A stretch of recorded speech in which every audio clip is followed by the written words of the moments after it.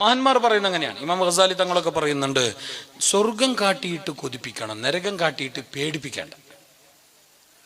സ്വർഗം കാട്ടിയിട്ട് കൊതിപ്പിച്ചെങ്ങായി ഞങ്ങ നരകമേ കാട്ടണേ, പാമ്പുണ്ടു, ശൈത്യമുണ്ടു, അങ്ങനൊന്നും ചൊല്ലണ്ട. നല്ലത് ചൊന്നിട്ട് കൊടു, നല്ല രീതിക്ക് നല്ലത് കൊതിപ്പിച്ചു കൊടു.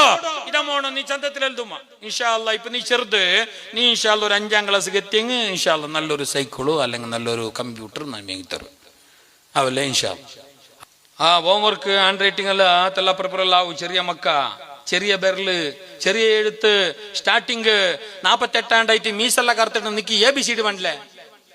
പിന്നെ കിടാവും എഴുതല സ്പെല്ലിംഗ് എന്താ ജോറാക്കോ തീര അവിടെ ജയിച്ചിട്ട് LDക്ക് സപ്പോർട്ട് ആക്കണം.